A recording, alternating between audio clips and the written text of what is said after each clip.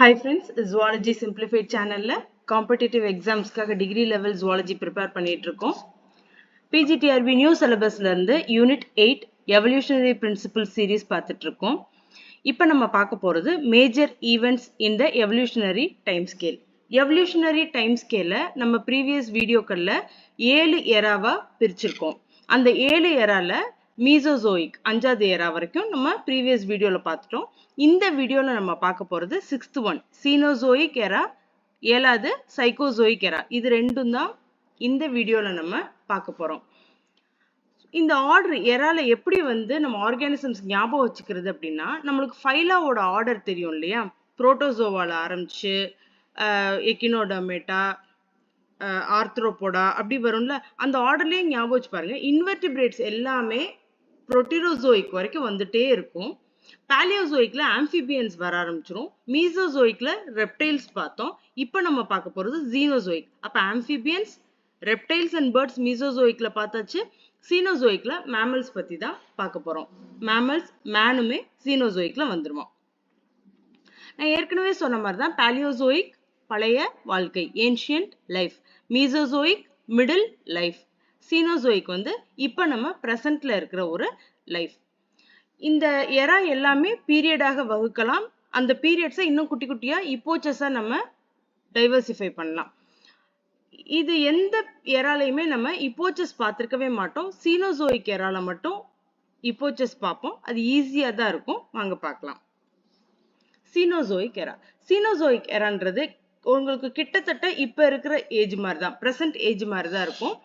இங்க மேமல்ஸ் அதிகமா அபண்டன்ட்டா வர ஆரம்பிச்சனால ஏஜ் ஆஃப் மேமல்ஸ் அப்படின்னு சொல்லியிருக்காங்க. இந்த சீனோசோயிக் எராவை 2 பீரியடா பிரிக்கலாம். Tertiary period, quaternary period. ரெண்டு பீரியட் தான் ஞாபகத்துல வச்சுக்கோங்க. Tertiary period, quaternary period. இப்ப இந்த ஏஜ் ஆஃப் மேமல்ஸ்னா சீனோசோயிக் எரான்னு சொல்லி பார்த்தோம். இதே மாதிரி நம்ம ப்ரீவியஸ் வீடியோல ஏன்ஷியன்ட் லைஃப்னு பார்த்திருக்கோம். கிரேடில் ஆஃப் ஏன்ஷியன்ட் லைஃப்னு நான் ஒரு கொஸ்டின் சொல்லியிருக்கேன், டிஸ்கஸ் பண்ணியிருக்கேன். கோல்டன் ஏஜ் ஆஃப் ரெப்டைல்ஸ் நம்ம ப்ரீவியஸ் மீசோசோயிக்க சொல்லியிருக்கோம்.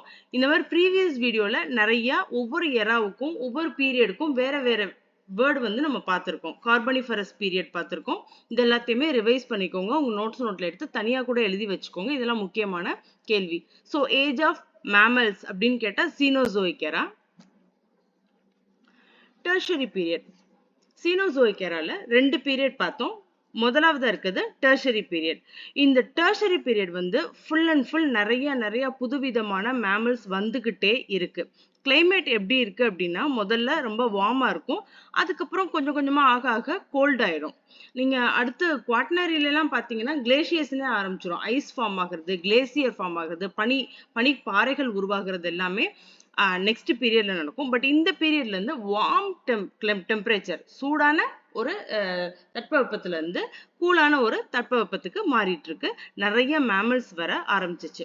இந்த டெர்ஷரி பீரியடை இப்போச்சஸா பிரிக்கிறோம். இப்பதான் ஒரு பீரியடை எப்படி இப்போச்சஸா பிரிக்கிறதுன்னு நம்ம பாக்குறோம்.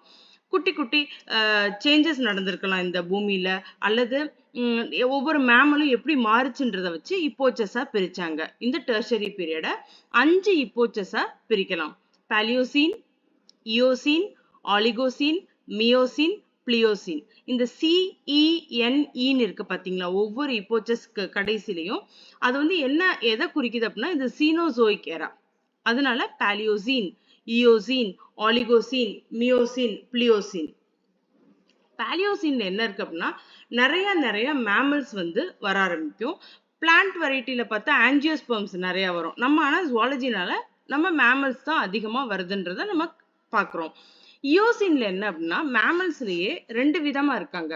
பிளாசென்டல் மேமல்ஸ் இருப்பாங்க, இன்னொருத்தவங்க கங்காரு மாதிரி கொஞ்ச நாள் மட்டும்தான் வயிற்றுக்குள்ள அதோட பேபி அதால சுமக்க முடியும். அதுக்கப்புறம் யுட்ரஸை விட்டு வெளியே ஒரு பவுச் மாதிரி உடம்புக்கு வெளியே தான் அது வச்சிருக்கும்.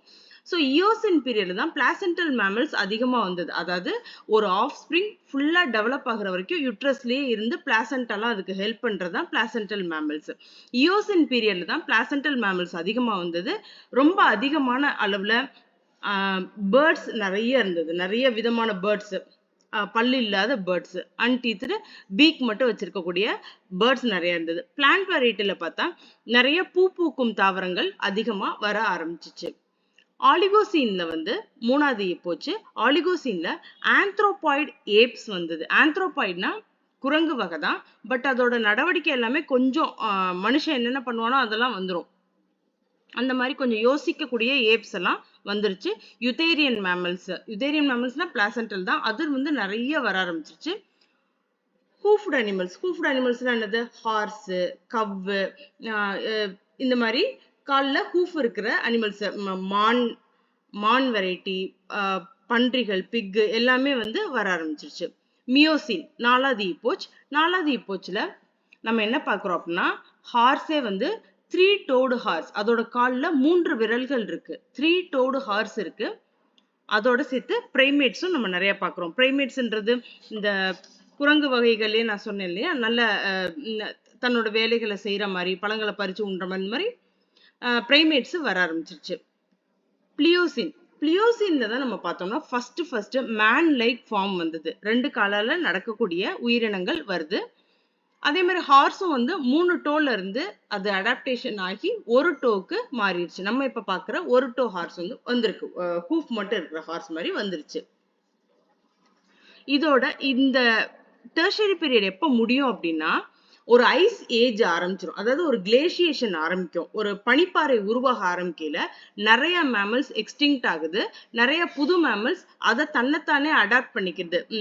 டார்வின் சொன்ன மாதிரி சர்வைவல் ஆஃப் த ஃபிட்டஸ்ட் மாதிரி அந்த ஐஸ் ஏஜையும் தாங்கி கொள்ளக்கூடிய மேமல்ஸ் மட்டும் அதுக்கடுத்து பரிணாம வளர்ச்சியில் தங்குது இந்த பூமியில. மற்ற மேமல்ஸ் எல்லாமே எக்ஸ்டிங்க்ட் ஆயிடுது. ஸோ இதுல என்ன பார்த்தோம் அப்படின்னா, இந்த கிளைமேட் ஃபர்ஸ்ட் வார்மா இருக்கு, அப்புறம் கொஞ்சம் கொஞ்சமா குளிர்ச்சியாக ஆரம்பிக்குது. எப்ப இந்த பீரியட் முடியுது அப்படின்னா, ஒரு பனிப்பாறை, ஒரு ஐஸ் ஏஜ் ஃபார்ம் ஆகையில இந்த டெர்ஷரி பீரியட் முடிஞ்சிருது. இதோட கண்டினியூஷன் தான் அடுத்த பீரியட் நான் சொல்றேன், quaternary period. Quaternary period Cenozoic எராவோட 2வது பீரியட். இப்ப அங்க டெர்ஷரி பீரியட்ல வந்து ஐஸ் ஏஜோட முடிச்சோமா, அப்ப குவாட்டர்னரி பீரியட்ல 4 தடவை கிளேசியேஷன் நடக்கும். ஐஸ் ஏஜ் வர வேண்டியது, திரும்ப வார்ம் ஆக வேண்டியது டெம்பரேச்சர், திரும்ப ஒரு ஐஸ் ஏஜ் வரும். இதே மாதிரி 4 தடவை கிளேசியேஷன் நடக்குது குவாட்டர்னரி பீரியட்ல. அப்ப எவ்வளோ வந்து லிவிங் ஆர்கானிசம் மாறிக்கிட்டே இருந்திருக்கும். நிறைய எக்ஸ்டிங்க்ட் ஆயிருக்கும், நிறைய புது ஆர்கானிசம்ஸ் வந்துகிட்டே தான் இருக்கும். குவாட்டர்னரி பீரியட்ல 4 பீரியட் ஆஃப் கிளேசியேஷன் பார்க்க முடியும். கிளைமேட்டிக் சேஞ்சை பொறுத்த வரைக்கும் ஆர்கானிசம் என்ன புதுசா வந்துச்சு அப்படின்னா, இதை தான் நம்ம ஏஜ் ஆஃப் மேன் அப்படின்னு சொல்லி சொல்றோம். மனிதர்கள் இப்பதான் தோன்ற ஆரம்பிச்சாங்க. அப்ப ஏஜ் ஆஃப் மேன் கேட்டா குவாட்டர்னரி பீரியட் தான் நம்ம மார்க் பண்ணணும். ஏஜ் ஆஃப் மேமல்ஸ் கேட்டா சீனோசோயிக் எராவை நம்ம மார்க் பண்ணணும். Age of man, age of reptiles, இன்னொன்னு என்ன பார்த்திருக்கோம், ஏன்ஷியன்ட் லைஃப், மிடில் லைஃப், இந்த மாதிரி நிறைய பார்த்துருக்கோம். மார்க் பண்ணிக்கோங்க. இதுல ரெண்டு இப்போச்சு தான் ஈஸியா ஞாபகம் வச்சுக்கலாம். பிளைஸ்டோசின், இன்னொன்று வந்து ரீசன்ட் பீரியட்ல யார் இருக்கும்? ஹோமோசேப்பியன்ஸ் வந்ததுதான். மனுஷன் முழுசா ஒரு மனுஷனா மாறினது தான். அவன் உடம்புல இருக்க ஃபர், முடிகள்லாம் கொட்டிட்டு அவனுக்கு கை கால்லாம் நல்லா மனுஷன் மாதிரி நடக்க ஆரம்பிக்கிறது, மனுஷன் மாதிரியே ஓட ஆரம்பிக்கிறது 2 கால்ல. இந்த மாதிரி ஹோமோசேப்பியன்ஸ் வந்ததுதான் ரீசன்ட். பிளைஸ்டோசின் வந்து ஃபர்ஸ்ட் வந்த இப்போச்சு குவாட்டர்னரி பீரியட்ல. இதுல என்ன ஆகும் அப்படின்னா, மேமோத்தெல்லாம் இருக்குல்ல, யானைகள், மேமோத்து, உல்ஸ், ஹார்ஸ், நம்ம பார்க்குற மேமல்ஸ் எல்லாமே அதனுடைய மேக்சிமம் சைஸ், பெரிய சைஸ் ரீச் பண்ணியிருக்கோம். அது வரையும் குட்டி குட்டியா வாழ்ந்ததெல்லாம் இப்போ பெரிய சைஸா ஃபார்ம் ஆக ஆரம்பிச்சிருச்சு. இதுதான் குவாட்டர்னரி பீரியட். இது வரைக்கும் நம்ம என்ன பார்த்திருக்கோம் அப்படின்னா, 6வது ஏரா சீனோசோயிக் எரா பார்த்திருக்கோம். அதுல 2 பீரியடுமே முடிச்சிட்டோம். ஏஜ் ஆஃப் மேன் வரைக்கும் முடிச்சிட்டோம். இப்போ நம்ம பார்க்க போறது சைக்கோசோயிக் எரா. இதுதான் major events in evolutionary time ஸ்கேல்ல வந்து மேஜர் ஈவெண்ட்ஸ்ல கடைசி எரா சைக்கோசோயிக் எரா.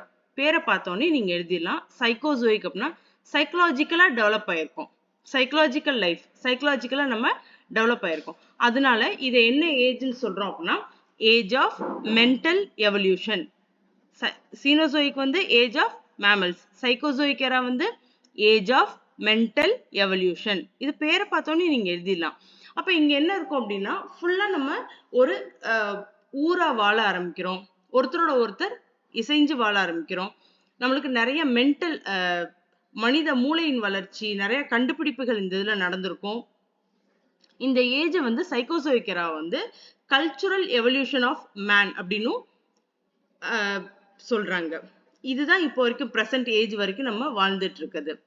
இதுல மனுஷனோட ஒரு முழு மூளை வளர்ச்சின்னு சொல்லலாம். கண்டுபிடிப்புகள், உடம்புல நிறைய சேஞ்சஸ் வந்ததை விட மென்டலா அவனோட தாட் ப்ராசஸ்ல அவனோட மூளை வளர்ச்சியில அதிகமா சேஞ்சஸ் வந்ததுதான் சைக்கோசோயிக் எராவோட ஒரு சக்சஸ். இதோட நம்ம major events in evolutionary time scale வந்து முடிச்சிட்டோம். இந்த 7 எராவுமே நம்ம இப்போ முடிச்சிட்டோம். ப்ரீவியஸ் வீடியோவும் பார்த்து செக் பண்ணிக்கோங்க. உங்களோட நோட்ஸ்ல கண்டிப்பா நோட்ஸ் எடுத்து படிங்க. ஏன்னா இதுல நான் நிறைய ஒன் வேர்ட் அப்பப்போ சொல்லியிருப்பேன். அது எல்லாமே ஒவ்வொரு எராவுக்கும் வேற பேர், காமன் நேம் என்ன இருக்கு அதை பார்த்துக்கோங்க. பீரியட் வந்து அதோட ஆர்டரை வந்து ஞாபகம் வச்சுக்கோங்க. ஃபார் எக்ஸாம்பிள் இப்போ நம்ம குவார்டனரி பீரியடை பத்தி உங்களுக்கு பிரச்சனை இல்லை, 2 தான். பிளேஸ்டோசின், இன்னொன்னு ரீசன்ட், ஈஸியா ஞாபகம் வச்சுக்கலாம். ஆனா டெர்ஷரி பீரியட் பொறுத்த வரைக்கும் 5 பீரியட் இருக்கு, 5 இப்போச்சு இருக்கு. அப்படிங்கையில அதோட ஆர்டரை ஞாபகம் வச்சுக்கோங்க. ஸோ நான் எப்படி ஞாபகம் வச்சிருக்கேன்னா, இங்க பாருங்க, ஃபர்ஸ்ட் லெட்டர் மட்டும் பாருங்க, PEOMP. போயம் அப்படின்ற இங்கிலீஷ் வார்த்தையோட அந்த முதல் எழுத்துக்கெல்லாம் வச்சா கொஞ்சம் ஜம்பிள்டா இருக்கும். அதை வச்சு நான் வந்து ஞாபகம் வச்சுக்கோம். போயம்னு ஞாபகம் வச்சுக்குவேன். பட் அதை ஆர்டர் மட்டும் மாத்தி எழுதணும். PEOM அந்த மாதிரி ஞாபகம் வச்சுக்குவேன். உங்களுக்கு எது ஈஸியா இருக்கோ அது மாதிரி இந்த ஆர்டரை ஞாபகம் வச்சுக்க கொஞ்சம் ஞாபகம் வச்சுக்கோங்க. அது ஆர்டர் படுத்த சொன்னா நம்மளுக்கு ஈஸியா இருக்கும். அந்த டயத்துல நம்ம படிச்சுட்டு போன கொஸ்டினை கண்டிப்பா அட்டன் பண்ணியே ஆகணும். படிக்காதது அது நம்ம சும்மா அட்டன் பண்றது வேற, படிச்சுட்டு போற கொஸ்டின் கண்டிப்பா நம்ம கரெக்டா தான் அட்டன் பண்ணணும். அதனால ஆர்டர் வந்து ஞாபகத்துல வச்சுக்கோங்க. ஒவ்வொரு எரா ஒவ்வொரு பீரியடுக்கும் டிஃப்ரெண்ட் நேம் என்ன அப்படின்றத பார்த்துக்கோங்க. தேங்க்யூ.